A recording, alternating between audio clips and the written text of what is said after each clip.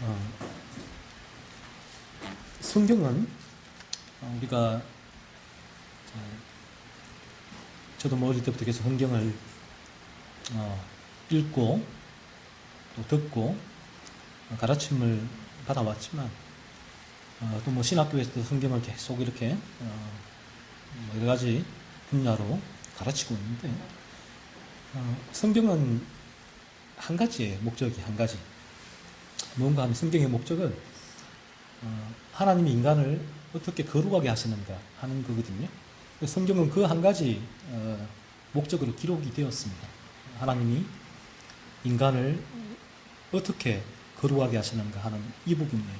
그래서 저희가 이 성경을 바르게 보게 되면 그러니까 진리를 내가 알게 되고 깨닫게 되고 진리 안에서 성경을 바라보게 되면 성경이 그렇게 보이겠죠. 성경이.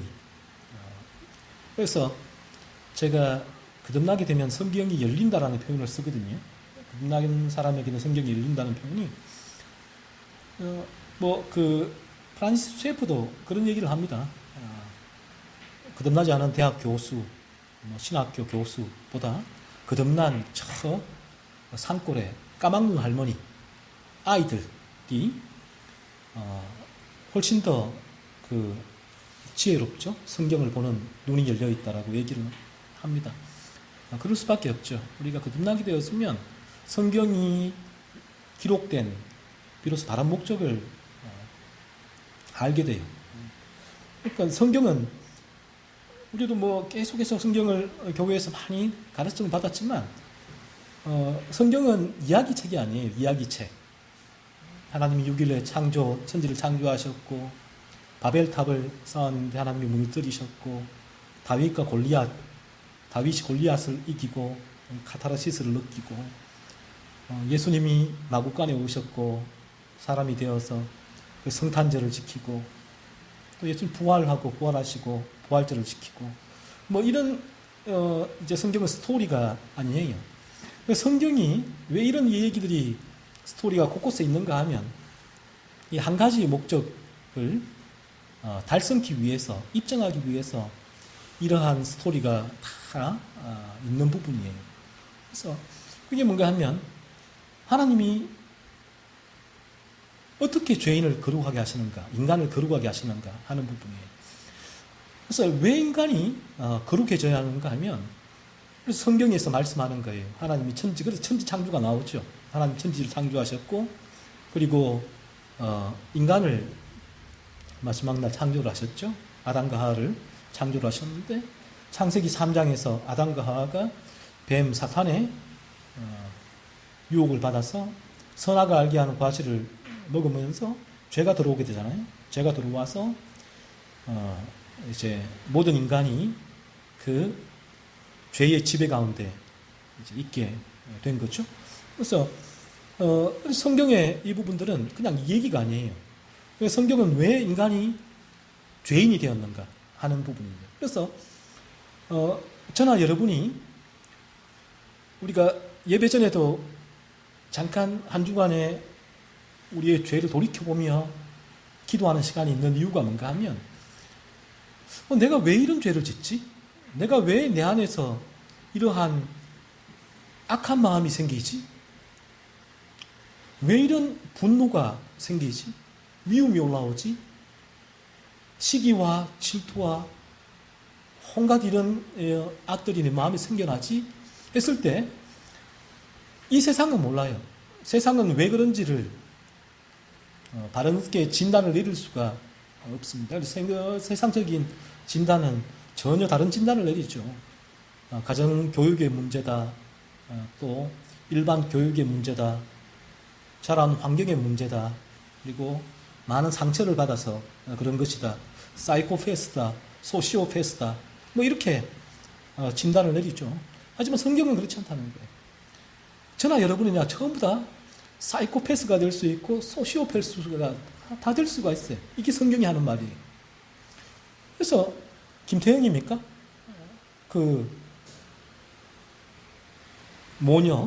새 모녀를 살해한 김태형? 왜 그런가? 그러니까 이제 분석을 할 때 보니까 주변에 자라는 환경, 대인관계를 보니까 큰 문제가 없거든요.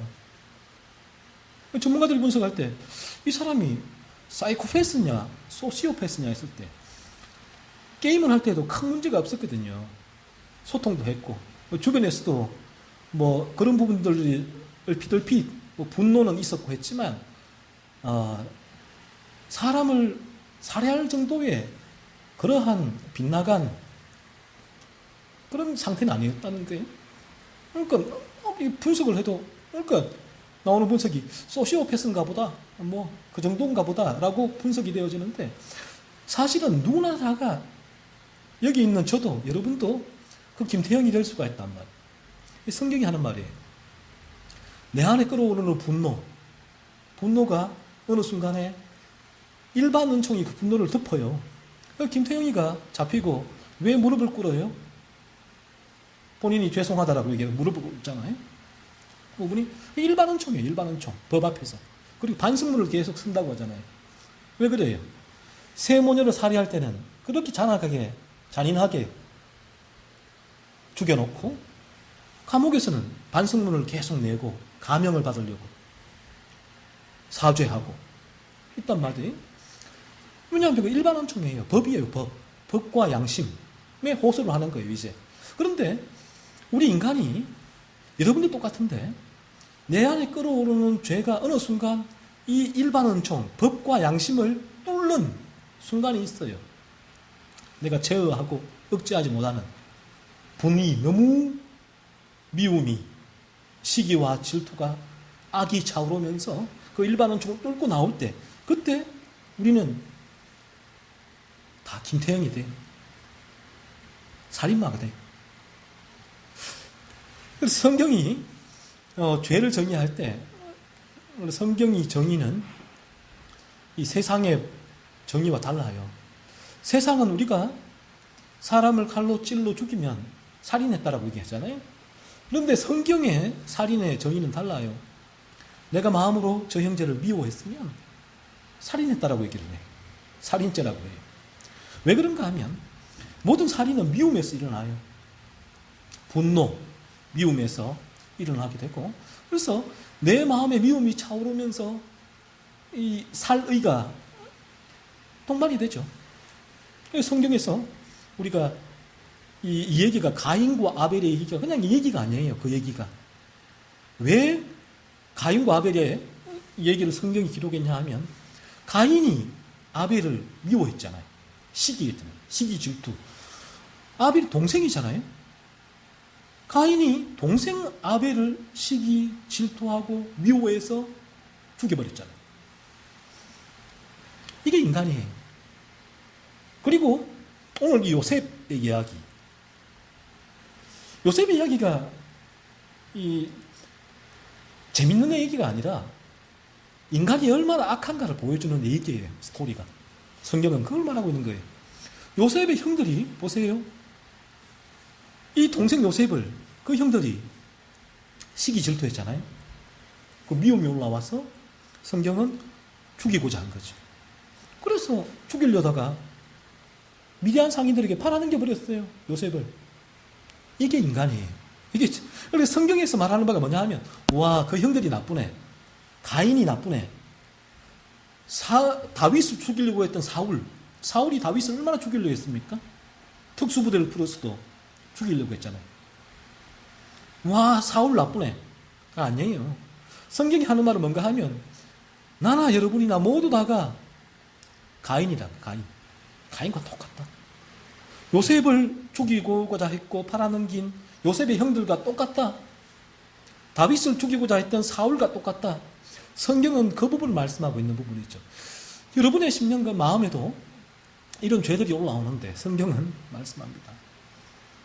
이러한 죄들이 어느 순간 여러분도 이 분노가 폭발할 때는 일반 은총이 무너져요. 그래서 일반 은총이 무너질 때가 가장 극명하게 자세히 우리가 볼 수 있는 때가 언젠가 하면 전쟁 때, 전시예요. 지금 미얀마 사태도 그렇고요. 미얀마도 그렇고 일반 은총, 법과 양심이 다 무너져 버리잖아요. 없어요. 그러니까 미얀마 군부에서 그 민주화 항쟁을 벌이는 무고한 시민들을 군홧발로 짓밟고 칼로 죽이고 총으로 죽이고 고문하고, 이게 인간의 악이에요. 죄. 인간의 악마성이죠.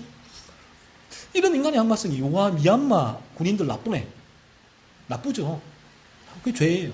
하지만 나는 저렇게 안 했으니까 아무런 문제가 없어. 천만에요. 우리도 그런 상황이 되면 미얀마 군인들보다 훨씬 더 악한 일을 저지를 수 있는 존재가 우리라는 부분이에요. 이 성경이 말하는 바거든요. 성경을 통해서 우리가 먼저 이 부분을 보는 거예요. 아, 저 사람들이 악하구나. 성경에 나오는 이런 악한 사람들이 많구나가 아니라, 아, 저 사람의 존재하는 악이 여전히 내 안에도 존재하구나.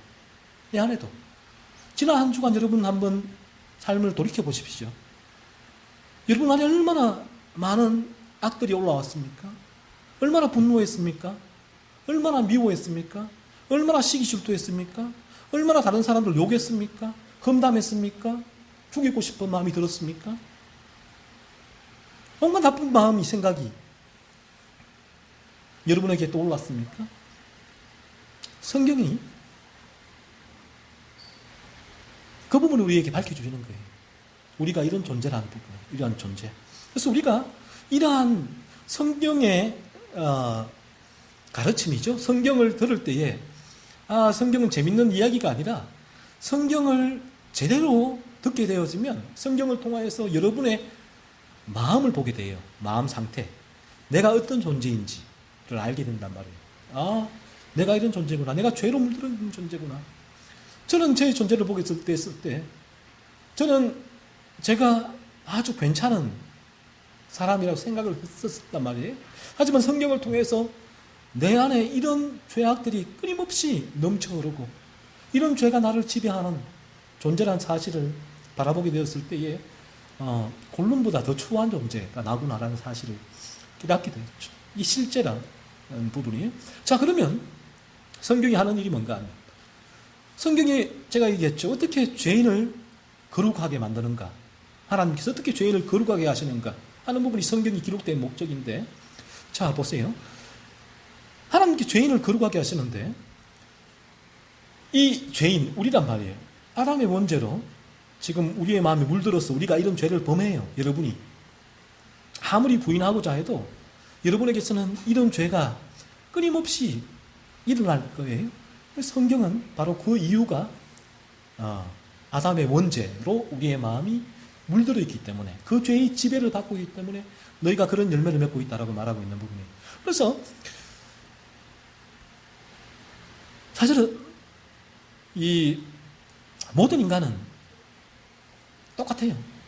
모든 인간은, 성경이 말하는 모든 인간은 이런 똑같은 죄로 물들어 있는 존재라는 부분이에요. 단지 그 인간이, 어떤 인간은 좀 착해 보이고, 어떤 인간은, 우리 학교도 그렇잖아요. 학교에서도 어떤 친구는 와 정말 나쁘다, 어떤 친구는 되게 착하다라고 하는 부분이 단지 여전히 죄로 물들어 있지만, 그러한 죄악된 행위가 일반원청이죠. 법, 양심, 학교, 선생님, 회초리, 뭐 이런 가족 관계 때문에 눌려 있는 거예요. 그래서 표출되지 않을 뿐이지, 그 마음은 나쁜 일을 하는 그 친구나 착하게 보이는 친구나 똑같은 상태, 죄로 물들어 있다. 끊임없는 마음으로 짓는 죄는 똑같다는 거예요. 마음에서 똑같은 죄가 올라가지만 이 나쁜 친구는 그 죄를 일반 은총을 깨고 저지른 거지. 하지만 이 착해 보이는 친구는 그 죄를 일반 은총 가운데 저지르지는 않았지만 똑같은 강도의 죄를 가지고 있다는 거예요. 이 차이란 말이에요. 그래서 이런 인간이, 하나님은 이런 죄인을 어떻게 거룩하시는 게 하시는가 하면, 먼저 여러분이나 저는 그렇잖아요. 내가 이렇게 죄로 물들어 있구나, 이 사실을 깨닫지 않고는, 절대로 깨닫지 않고는 나를 이 죄에서 건져주실 존재에게는 나갈 수가 없잖아요. 나가질 않을 거 아니에요. 그러니까 여러분이 지금 코로나로 계속 문제가 이제 터지잖아요. 지금 확진자가 1,000명을 넘어가고 있는 상황인데, 우리도 뭐 언제 어떻게 확진이 될 수도 모르는 그런 상황에 처해져 있잖아요. 자, 우리에게 왜 여러분 병원에 갑니까? 코로나로 왜 의심합니까? 코로나. 뭐 후각에 마비가 되고, 냄새를 못 맡고, 고열이 나고, 증상이 있는 거예요. 내게 문제가 있는 거죠. 그러니까 의사에게 가는 거예요. 똑같습니다. 이 죄도 여러분이 내가 죄로 물들어 있구나. 내가 이 성경이 말하는 내 마음이 죄로 물들어 있어서 내가 이런 죄를 짓고 있구나라는 사실을 알게 될 때 여러분은 그 상태에서 벗어나고자 하는 소원을 가지게 될 거예요. 그런 소원을 생겨나게 돼요. 자연스럽게. 자, 그러면 인간은 이로써 그 인간이 그리스도 예수께로 나아가게 돼. 그래서 예수를 믿는 거예요. 그냥, 자, 여러분은 죄인이에요. 예. 예수님이 여러분을 구원하시기 위해서 십자가에 죽으셨습니다. 믿으십니까? 예. 자, 그러면 구원받았습니다가 아니에요. 그렇게 예수를 믿을 수는 없어요, 인간은.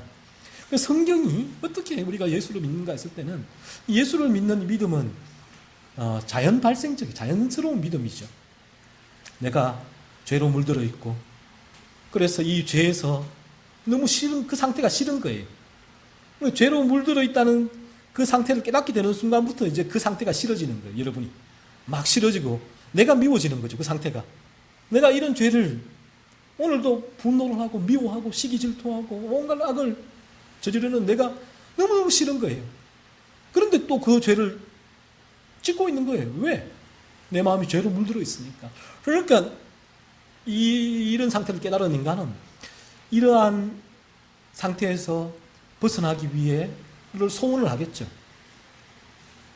그래서 이 상태에서 벗어날 수 있는 유일한 길이 어딘가 하면 그리스도 예수거든요. 그래서 인간은 자연스럽게 그리스도 예수께로 나아가서 예수님을 믿게 되는 거예요. 그래서 예수님을 믿는 믿음이 생기게 되는 거예요. 그래서 하나님이 이렇게 인간을 예수님께로 인도를 하는 거예요. 이런 진리를 통해서 인도를 하고요. 그래서 예수를 믿게 되는 순간 저나 여러분에게는 놀라운 변화가 일어나게 됩니다. 그때부터. 어떤 변화인가 하면, 여러분이 이제껏 이 죄, 나 여기서 벗어나고 싶어. 너무 힘들어, 싫어. 너무 고통스러워, 이 상태가. 내 마음, 죄로 물들어 있는 내 마음이. 나 이 죄를 짓고 싶지 않은데 또 짓고 있어. 벗어나고 싶어.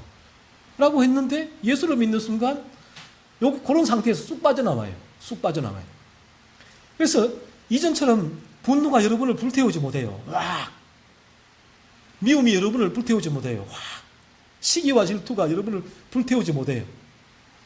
그런 의미에서 죄에서 죽었다라고 성경은 말씀을 해요. 죄의 지배에서 벗어났다라고 말을 해요. 그래서 더 이상 이 분노와 시기와 질투와 미움과 온갖 죄가 더 이상 나를 지배하지 못해요. 막 나를 붙들지를 못해요. 그래서 내가 쑥 빠져나오게 되죠. 그래서 그때부터는 어떤 일이 생기는가 하면, 이제 그런 분노와 시기와 질투와 미움이 간헐적으로 발생을 하는데, 간헐적. 그러니까 이전에는 그 분노가 상시적이었어요. 늘 내 마음을 그런 죄들이 늘 붙들고 있었는데, 이제는 그러한 죄에서 벗어나니까 그러한 분노가 생기다가도 들어오다가도 깔아앉는, 시기와 질투도 깔아앉는, 이게 죄구나. 이제 그 죄를 발견하고, 여러분이 참 놀랍게도 그런 죄가 어느 정도 죽어지면서 또 여러분이 이제는 그 죄를 죽이는 그런 삶을 살게 돼요. 그러니까 놀랍죠. 이게 변화예요, 변화. 성경이 말하는 변화. 실제로 우리가 예수를 믿게 되었으면 반드시 이러한 변화가 동반되죠. 이 부분을 이제 열매라고, 열매를 맺히는 부분이죠. 우리가 예수님을 믿게 되어지면 예수님의 생명이 내 안에 들어와서 그 생명이 우리에게 열매를 맺게 해요. 이 부분이 열매예요.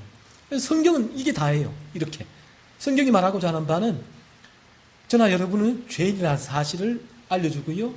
그리고 그 죄에서 내가 죄의 지배 가운데 있는 상태라는 깨달은 우리는 그 죄에서 벗어나기를 소원하고, 그러므로 성경에는 그 다음에 누구를 전합니까? 그리스도 예수를 전하는 거예요. 예수가 왜 오셨는지 아니? 성유신이 뭔지 아니? 성탄절. 성탄절은 우리가 그냥 율동하고 찬양하고 즐기는 날이 아니에요. 그 부분은. 오직 한 가지. 예수님이 나를 이러한 죄에서 건지시기 위하여 이 땅에 오신 날이죠. 그래서 그 예수를 성경은 전하죠. 예수님은 당신을 그 죄에서 건지시기 위해서 오셨습니다. 그래서 내가 그 예수를 믿죠. 자, 그러면 이제 그 이후에 성경은 말씀합니다. 이제 예수를 믿은 당신들은 죄를 죽이는 삶을 사십시오. 이 거룩한 삶이거든요. 그 삶에 대해서 계속 얘기를. 이게 성경이 전부예요. 전부. 그리고 천국이, 여러분이 천국은 왜 가고 싶으세요? 천국에 가면 나 먹고 싶은 거 마음대로 먹을 수 있으니까. 천국에 가면 내가 하고 싶은 것, 게임도 잠도 안 자고 막 할 수 있으니까. 내가 하고 싶은 거 다 뭐든지 다 할 수 있으니까 천국은. 아니에요. 천국이 그런 것이 아니라 성경은 천국까지도 다 이러한 목적이에요. 하나님이 어떻게 하면 인간을 거룩하게 하시게 하실까 하는 부분이 성경인데, 천국도 마찬가지예요. 천국도 어떤 곳인가 하면 저나 여러분이 완전히 거룩해지는 곳, 죄가 전혀 없는 곳, 그곳이 천국이에요. 천국 가면 우리가 분노할 일, 시기할 일, 질투할 일, 미워할 일, 짜증낼 일 전혀 없단 말이에요. 거기서는 오직 온유와 평안과 화평으로, 사랑으로, 인내로, 충성으로 지내며 그 거룩함이 우리에게 이루어질 때 그 기쁨이 늘 이어지는 것이 천국이랍니다. 그래서 여러분이 이 기쁨의 개념이 달라요. 우리가 참되게 이 주님을, 예수님을 믿게 되어지면 기쁨의 개념이 다른데, 예수님을 믿기 이전에는 여러분에게, 저도 그랬고, 기쁨이 뭡니까? 이 땅에서 내가 추구하는 게 기쁨이거든요. 내가 추구하는 가치, 제1순위. 그래서 내가 돈을 많이 최고의 가치에 두면, 내가 돈이 생기면 기뻐요. 그리고 내가 즐기는 것, 쾌락이 최고의 가치로 두고 있면 내가 늘 노는 것, 이게 기쁨이에요. 그리고 건강해지면 기쁨이고요. 그리고 큰 집이 최고의 가치면 큰 집을 얻을 때 기쁘고, 좋은 자가용이 최고의 가치면 좋은 자가용을 살 때 기쁘고, 이런 기쁨이 있죠.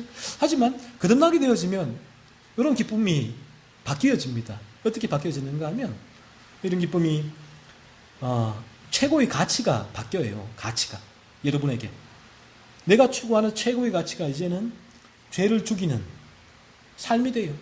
죄가 없는 상태가 되거든요. 그러니까 그 죄를 죽이는 삶에서 기쁨을 얻게 되죠. 날마다의 삶 가운데. 그러니까 날마다의 삶에서 내가 죄를 죽일 때 기뻐요.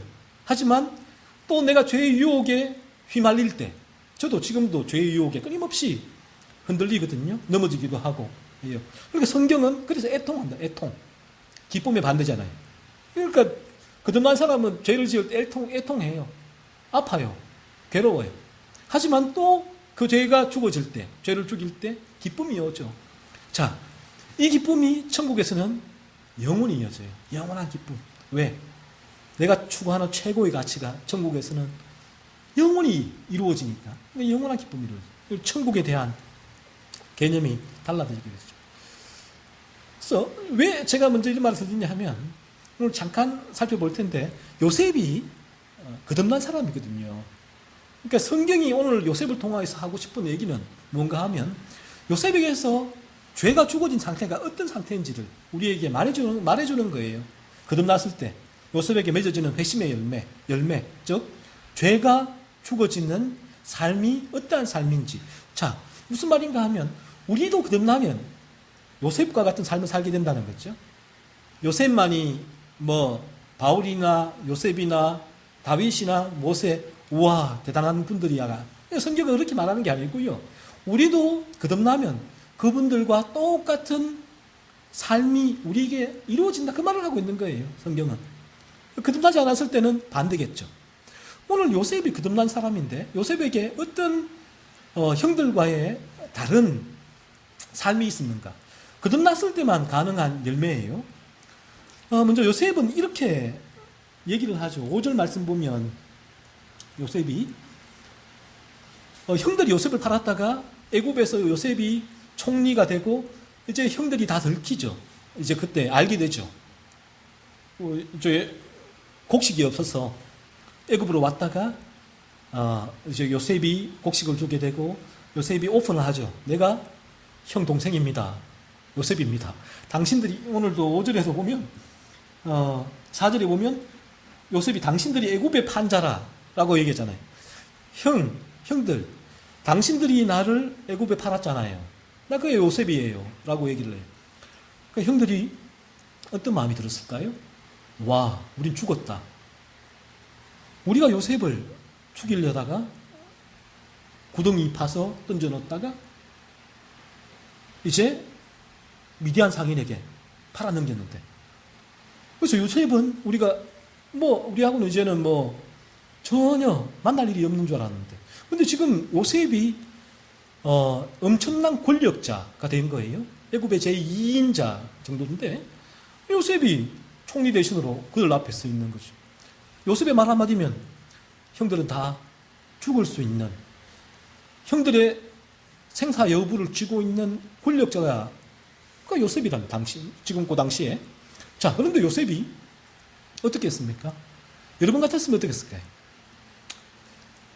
여기서 거듭난 자와 거듭나지 않은 자의 doing, 이제 행함이 달라져요.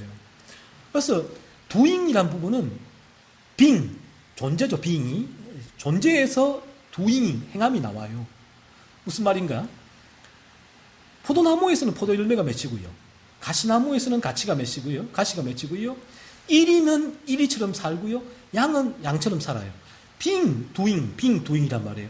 자, 여기서 요셉이 거듭난 자, born again 있죠. 예수를 믿음으로 거듭난 자, 구약시대에도 다가오실 메시아 그리스도를 믿음으로 거듭나요. 똑같아요. 그 부분은 거듭나는 방식은 자신의 죄를 깨닫고 신약시대는 오신 예수를 붙들므로 그 죄의 지배에서 건짐받지만 구약시대에는 자신의 죄를 깨닫고 오실 메시아 그리스도를 바라봄으로 구원을 얻는 그 죄의 집에 벗어나는 방식은 똑같아요.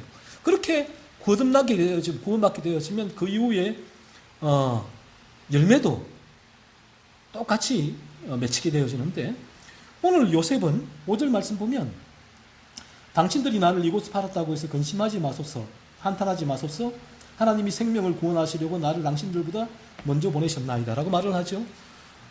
뜻밖의 말이에요. 요셉의 형들은 이렇게 생각했죠.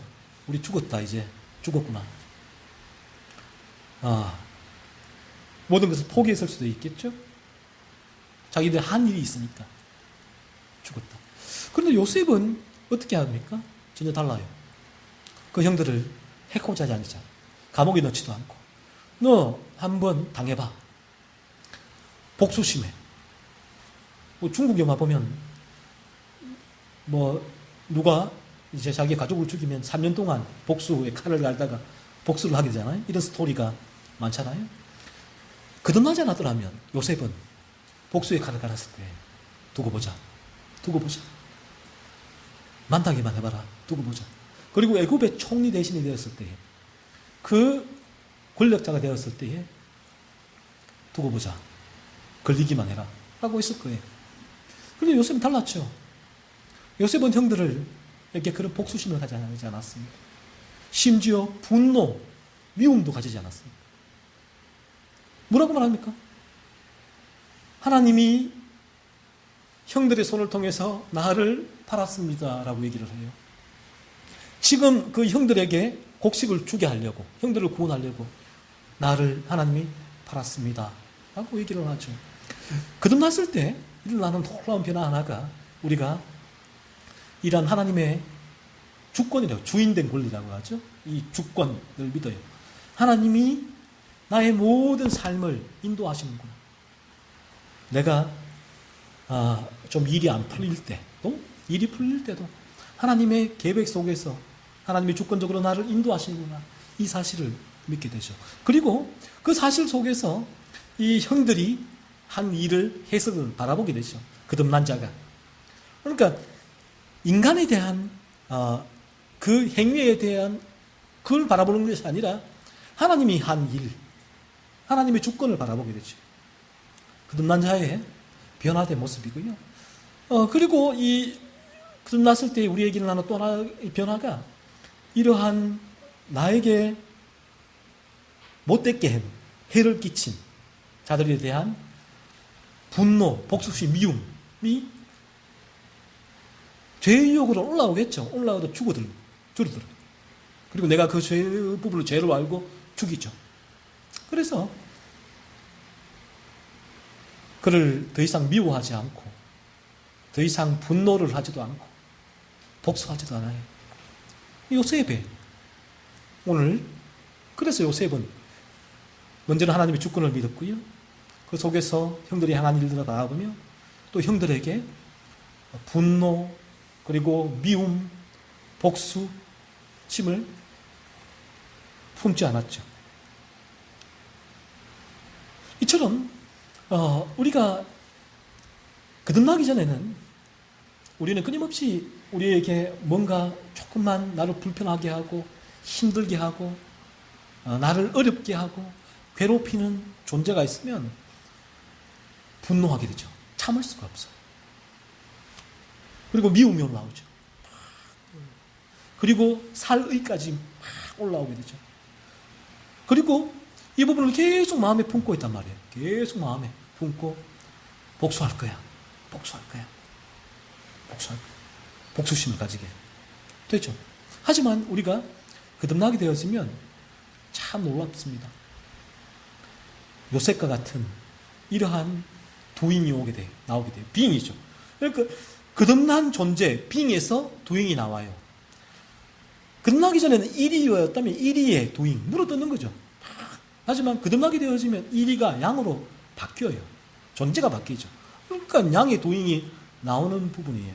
그래서 여러분이 거듭나게 되었으면 여러분도 상당히 놀라운 부분을 느끼게 될 부분이 부부관계에서, 형제관계에서, 친구관계에서, 세상의 직장에서도 거듭나게 되어지면 이러한 죄의 유혹으로 분노와 미움 또 시기 질투 온갖 악들이 올라오긴 올라와요. 나를 건드려요. 툭툭 건드려요.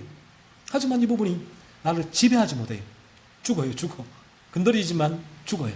또 내가 이 부분을 죽여요. 그러니까 어떻게 돼요? 내가 그에게 분노를 말하거나 복수를 하지 않겠죠.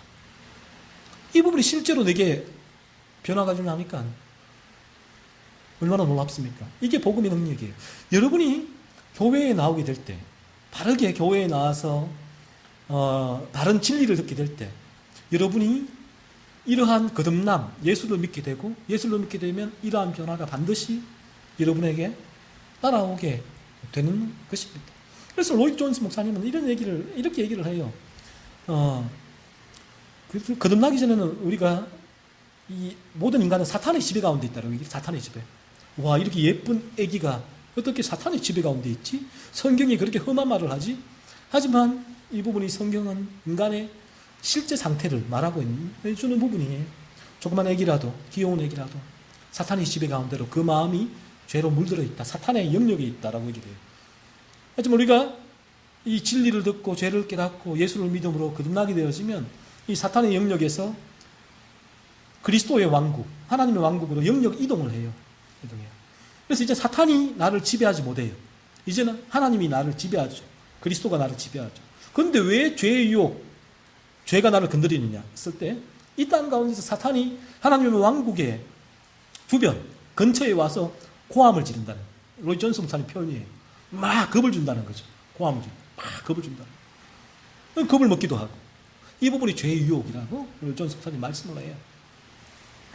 하지만 틀림없는 사실은 거듭나게 되어지면 요셉이 성인 혼자라서 이런 게 아니에요. 거듭남으로 말미암아 요셉에게는 이러한 행함이 도인이 따라온 거예요. 그래서 요셉은 형들을 용서했고 품었고 오히려 요셉은 형들에게 위로를 했죠. 형들이여 걱정하지 마세요. 당신들은 나를 여기 팔았다고 두려워하지 마세요. 저는 형들을 여기 전혀 그런 미움 마음을, 복수심을, 원망을 가지고 있지 않습니다. 이 모든 것이 하나님이 하신 일입니다. 라고 요셉이 고백을 하게 되죠. 그래서 그 요셉이 또 그 이후에도 이제 11절에도 보면 아버지 야곱을 내려오라고 하죠. 아버지를 또에 대한 공경과 효도, 거듭나게 되어지면 부모에 대한 공경과 효도도 달라집니다. 물론 거듭나지 않은 상태에서도 이 야곱을 이 요셉처럼 모셔올 수는 있겠죠. 하지만 근본적인 자세가 달라져요. 부모님에 대한. 거듭나기 전에는 부모님이 조금 뭐라고 하고 얘기를 하고 이렇게 하면 속에서 짜증이 나고 막 부모님이 미워지기도 하고 그 미움이 막 오래 가기도 하고 섭섭한 마음이 지워지지도 않을. 그래서 여러분 오늘날 어른이 되면 부모하고 연 끊는 분들이 많아요. 가족이 아예 부모하고 연락 안 하고 끊어버리는 분들이 많아요. 왜요? 이런 부분들이 미움이.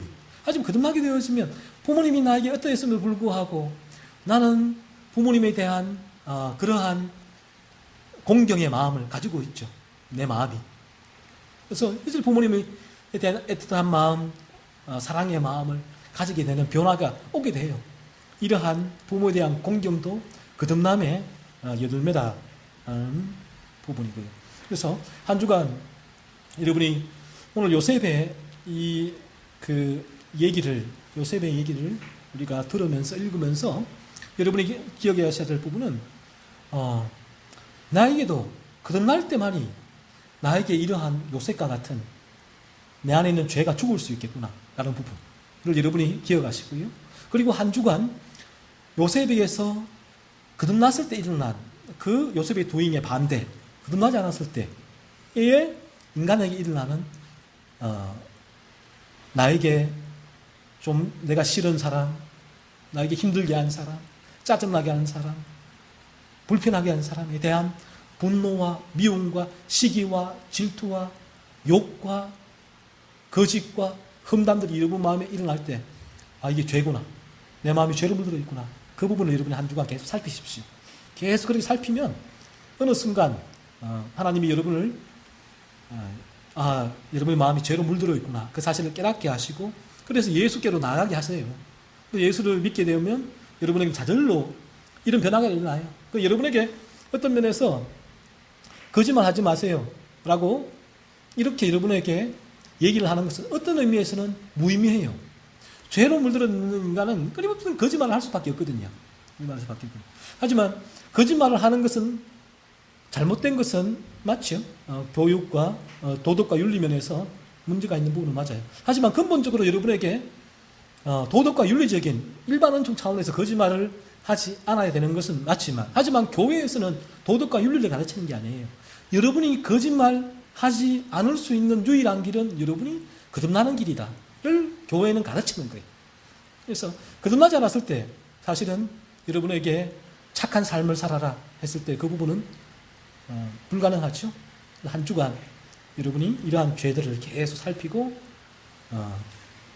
이렇게 하나님 앞에 이 죄들을 통해서 나에게도 요셉처럼 이러한 삶이 생겨날 수 있게 달라고 또 한 주간